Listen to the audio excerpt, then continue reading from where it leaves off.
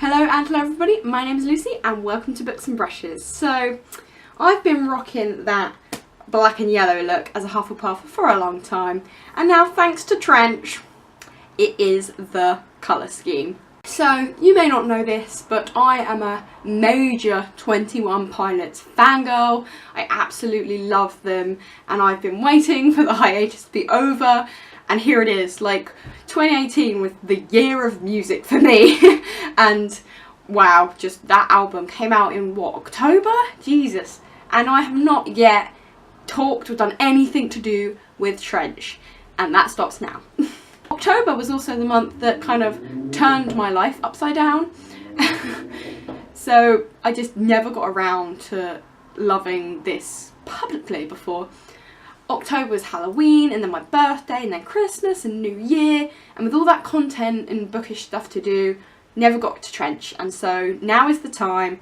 I guess it's Six Nations and Valentine's Day, but I need to do Trench, I need to. So I absolutely love the album. It is a genuine masterpiece. There is not a single song I do not like. It is absolutely beautiful and amazing, and I could scream and cry and just talk about it all day long. But here's what I'm going to do. I'm going to do a Trench tag. Now I've seen like maybe one tag I think on YouTube. I will link anything I do find below, but I just wanted to kind of make my own tag for this because I had like all the questions in my mind, and what I'm going to do is I'm just going to jam along to the songs, show you little snippets of me rocking out, and then I'll give you the question that I come up with and the book that's associated with that question. And we'll do that for the whole album. And I'm going to have a blast today. So this is probably going to be the most fun video to film ever. So, are you ready? Welcome to Trench.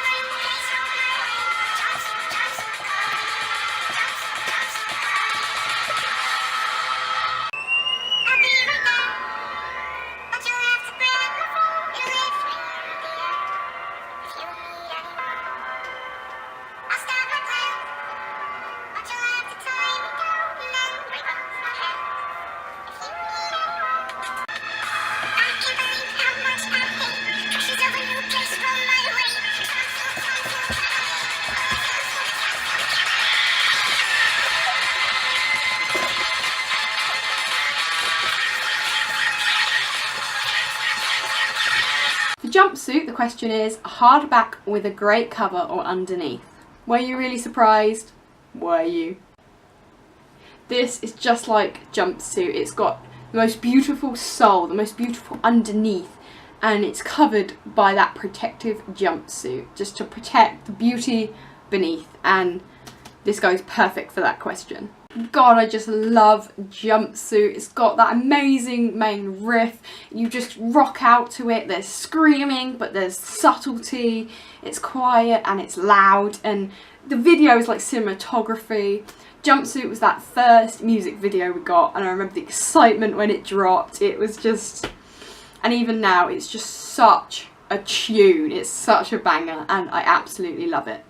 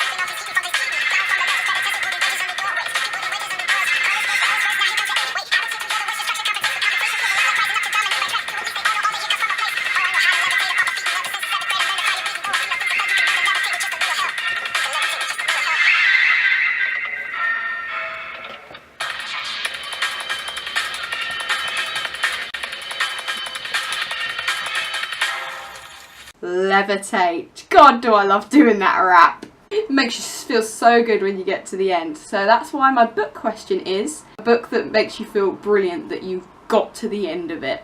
Frankenstein by Mary Shelley. Yes, I didn't really enjoy this book. There were parts, but I'm just so glad that I tried it, and I'm so glad I finished it, because you know what, I can't leave things unresolved. So I am glad I managed to get to the end of this. Levitate is much more fun. Have you learned to levitate yet? And by that I mean the rap.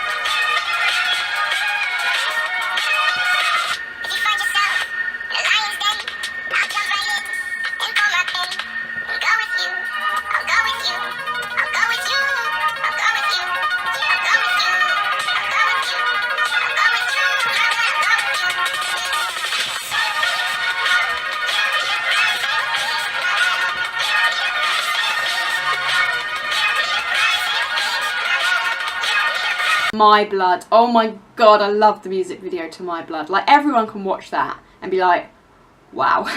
Not only is the song so beautiful and about loyalty, hello, Hufflepuff, and that video, oh, if you haven't watched the My Blood video, do. The story is just beautiful, like, that ending, and I'm like...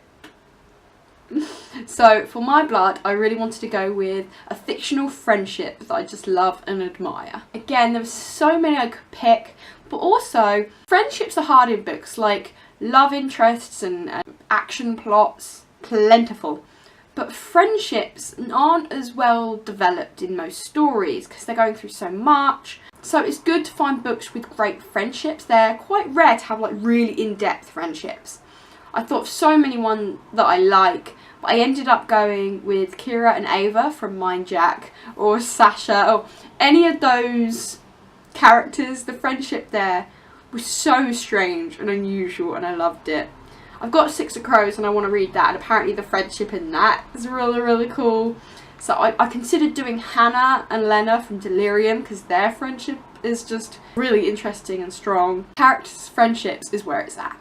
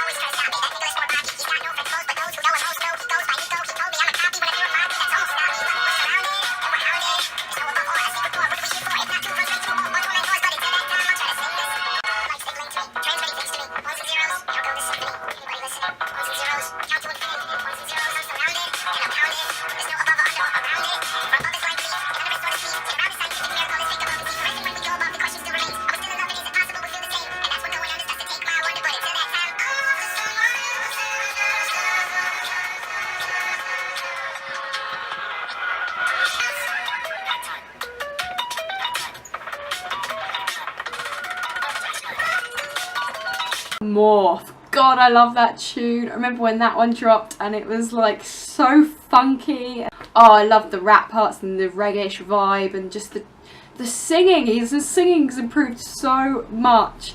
God, I love that song. And for this question, it's a character that's gone through just an amazing character arc. For this one, I could have gone with so many different things, but I ended up going with Lev from Unwind, just because he starts out so different in mindset to the way he evolves, and his mind evolution is so interesting. Like, he goes from naive, good little weird thing to complete anger, and he goes through all these different stages. He goes through enlightenment and he goes through darkness, and it's just such an evolution. He's a great character to track his arc.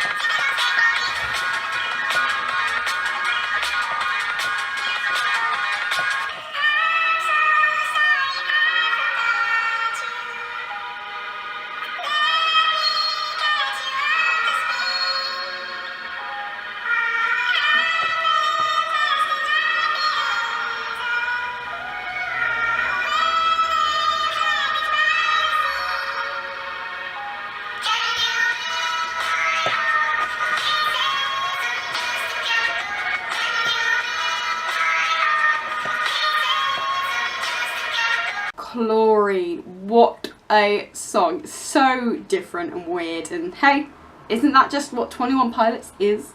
I love what he's trying to say. Everyone completely gets a different meaning from it, and I just love the beat. The beat is a chemical. So I can't not. That video dropped recently with the little, what was his name? Is his name Ned? And everyone's like so confused by that video, but it's funny. Anyway, for the song Chlorine, I have gone with a book that made you cry or feel terrible, but you just, because it's so good. And this one, again, I could have picked any of my favourite books, because the reason why they're my favourites is because they give me anguish in moments, because they make me feel so strongly. That's what tops them as favourites. So I went with the ultimate, Unwind by Neil Shusterman. This book is the epitome of Chlorine. It made me cry and sob ugly tears. It made me scream. It made me hurt. And yet I read it over and over again anyway. Unwind could be considered toxic like the Chlorine, because that was the only book that I've ever done an all-nighter for. I stayed up all night just because I could not put it down. So, is there any other book that could describe Chlorine any better?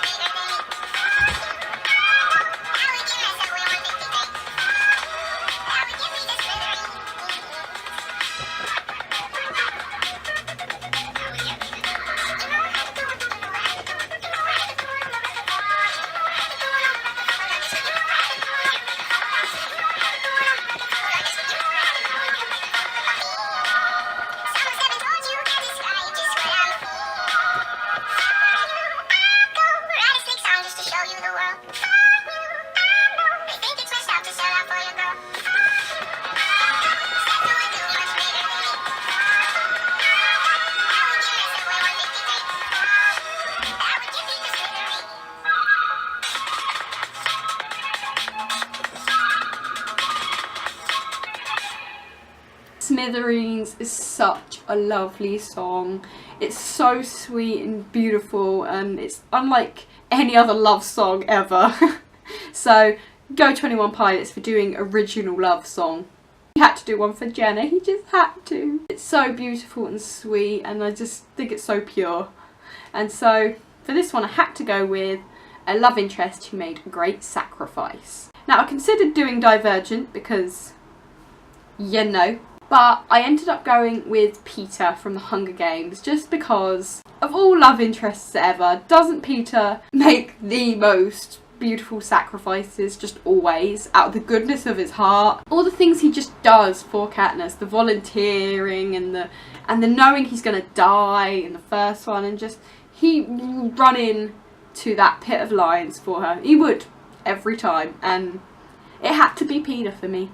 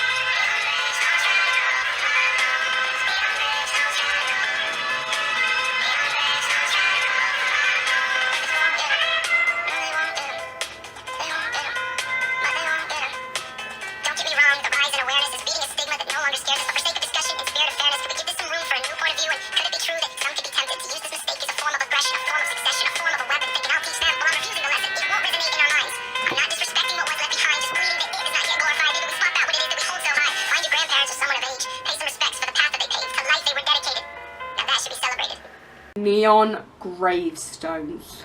Wow, that song, I think it might be one of my favourites just because lyrically it's so powerful. I could read and sing those lyrics and it just gives me chills, that track. Just what he's trying to say and how eloquently and beautifully he manages to put that message across. It's a song unlike any other. It's just so raw, you know, so raw and powerful. So for this one I'm going with A Death You Wish You Could Erase. Now this one, I'm going to have to go with probably my Harry Potter deaths because those are always the ones. My three, as you might know, it's Tonks, Lupin and Fred. Like, they didn't need to die. They didn't need to die. It hurts my soul. Another one I did think of was Finnick from the Hunger Games because again, didn't need to die and his death was so unceremonious. I guess that's what sells it for me, you know, in books when a great character dies without any bang, you know, they're dead, like Finnick. Oh look, pit of lava and lizards, moving on, and there was like no celebration, like Tonks and Lupin, you don't even see it, you just see them on the floor dead after the battle. Fred, yeah, wish I could erase all of those fictional deaths.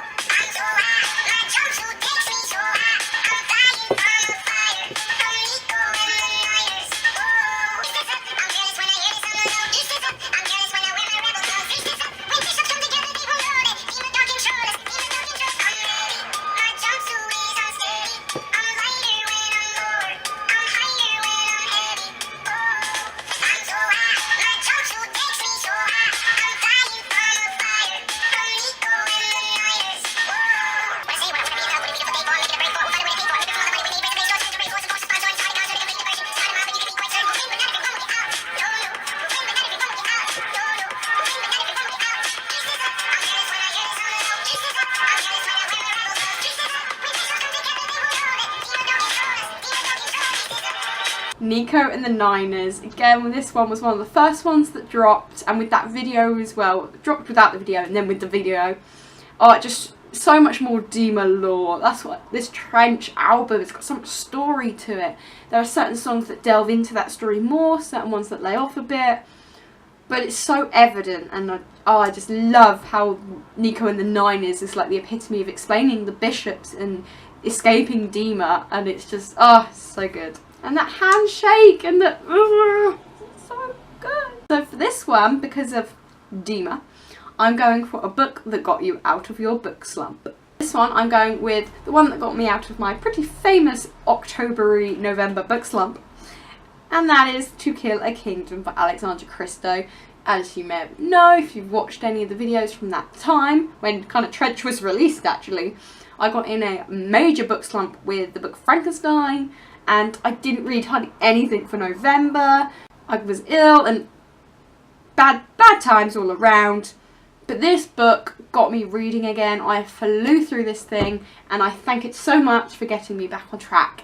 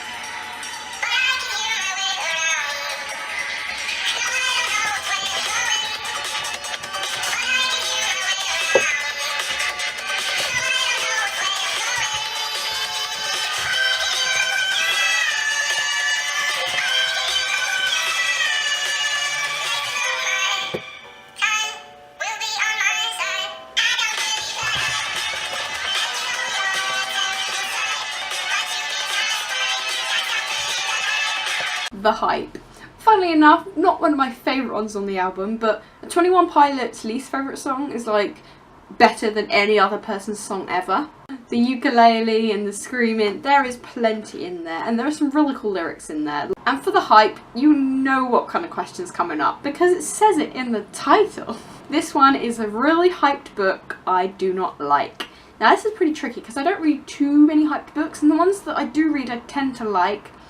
I'm not sure if this counts as a super high book, but I really hate the book, The Lovely Bones. Ugh.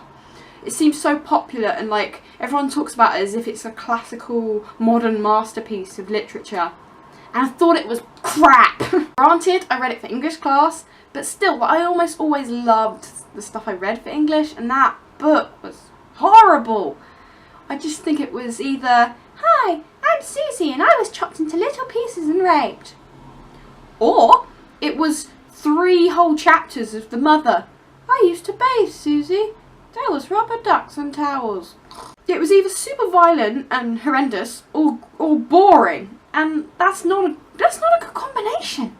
The pacing was just terrible, and I had to write about how this book was amazing, and I was like, So, don't believe the hype.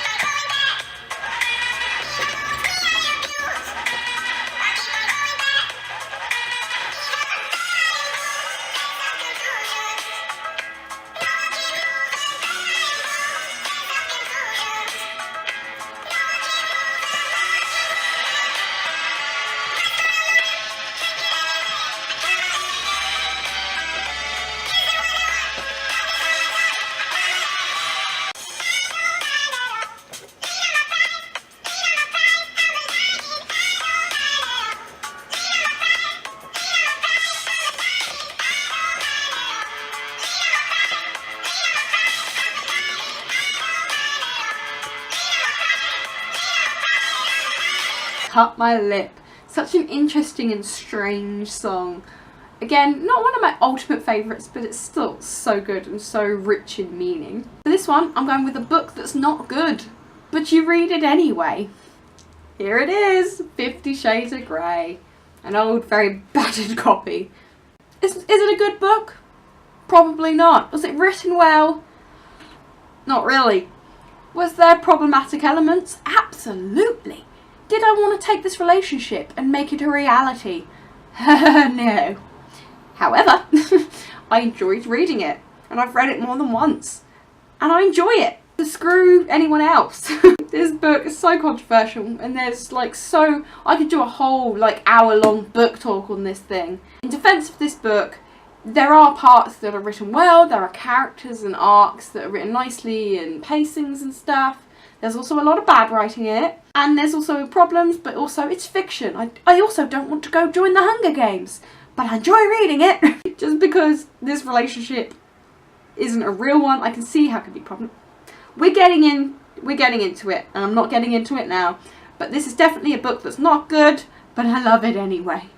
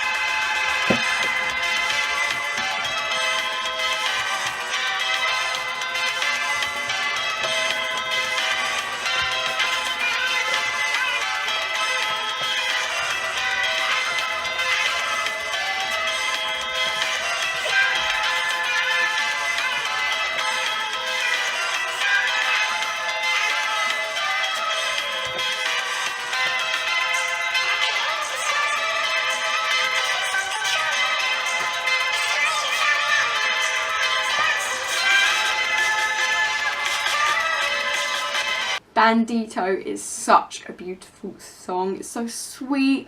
It's like a mating cry to our fellow friends and people who are going through what we are. Just the clique in general. Just, we are banditos together. Which makes me emotional because it is emotional. I'm emotional. I love the camaraderie of Bandito. This one, I went with a book that you gave to a friend because you thought they could relate to it. And for that one, I still don't have it back yet. And that's Vox by Christina Dolce, which I gave to my mum. I read it and just thought she would like this, and she'd recommended a book to me, which I loved and read, so it was like a great thing where we like swapped books. And anytime I read books now, it's like, oh, will my mum like this? But yeah, Vox was definitely one I gave to mum. We talked about and we shared and talked, and it was just really fun. So share some love with your banditos.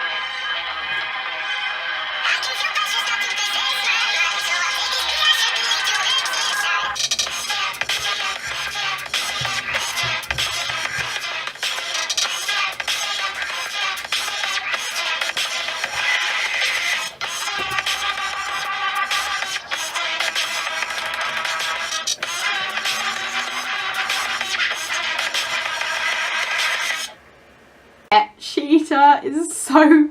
Everyone wanted to know this one because of the title. And I love it. When I first listened to it, I was like, what the bloody hell is this? But it's so good.